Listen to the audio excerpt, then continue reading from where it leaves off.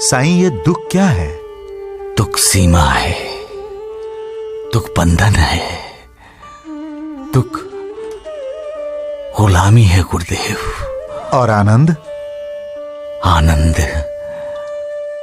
आनंद सीमाओं का टूट जाना है। आनंद स्वतंत्रता है, बंधन से मुक्ति पाना है। पूर्ण आनंद ही पूर्ण मुक्ति की अवस्था है। मोक्ष और पूर्ण आनंद में कोई अंतर नहीं है गुरुदेव। जो पूर्ण आनंद को उपलब्ध है वो मुक्त है, और जो मुक्त है वो पूर्ण आनंद को उपलब्ध है। साईं, पूर्ण आनंद कैसे पाया जा सकता है? दुख को दूर करके गुरुदेव। लेकिन अफसोस की बात यह है कि जो भी कोई अपने दुखों का इलाज करना चाहता है वो ये नहीं सोचता कि दुख क्या है।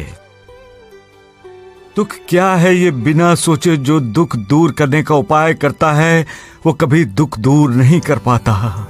ऐसा क्यों? क्योंकि मूल कारण समूल नष्ट नहीं होता।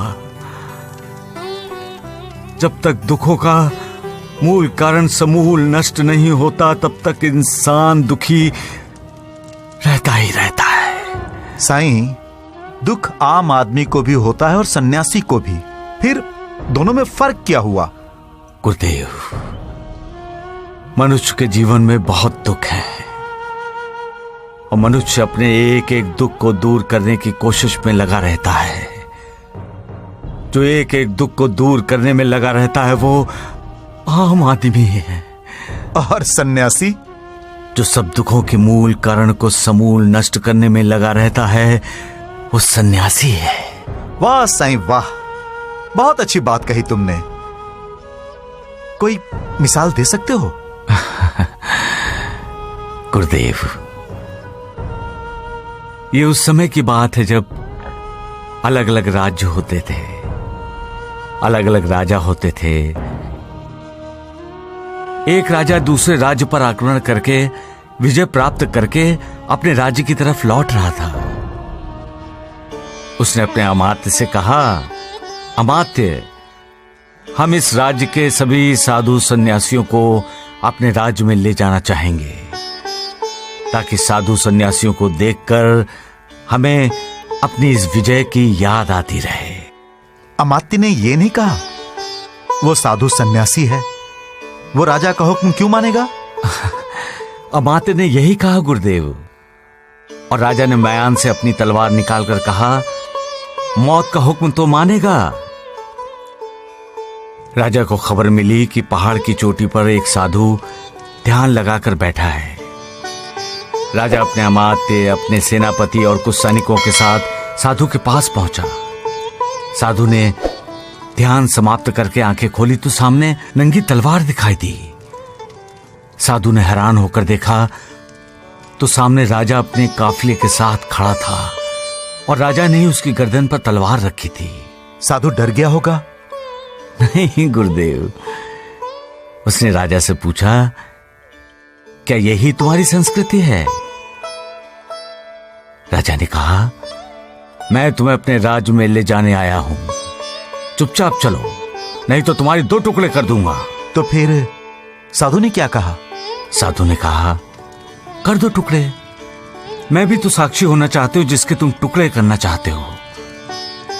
राजा ने कहा, मैं तुम्हारे टुकड़े करने की बात कर रहा हूं। साधु ने कहा, जिसे तुम मैं कह रहे हो वो मैं नहीं हूं। राजा असमंजस में पड़ गया। तब साधु ने कहा, ये तो मेरा शरीर है, मेरा बंधन है, मैं शरीर नहीं हूं, मैं तो बंधन से मुक्त होना चाहता हूं, चलाओ तलवार।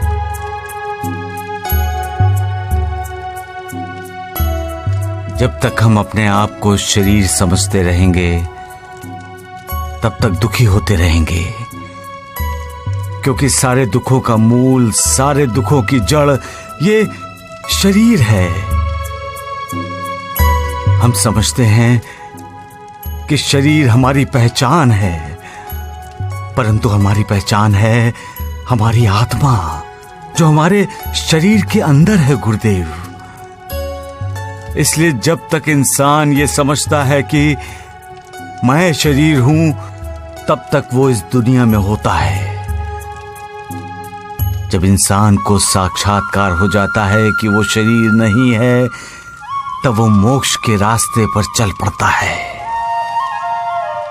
मोक्ष, मुक्ति का अर्थ ही है शरीर को त्यागना, शरीर को भूल जाना, और शरीर को भूलने का अर्थ है दुख, पीड़ा, कष्ट, इनको झेलना। सबका मालिक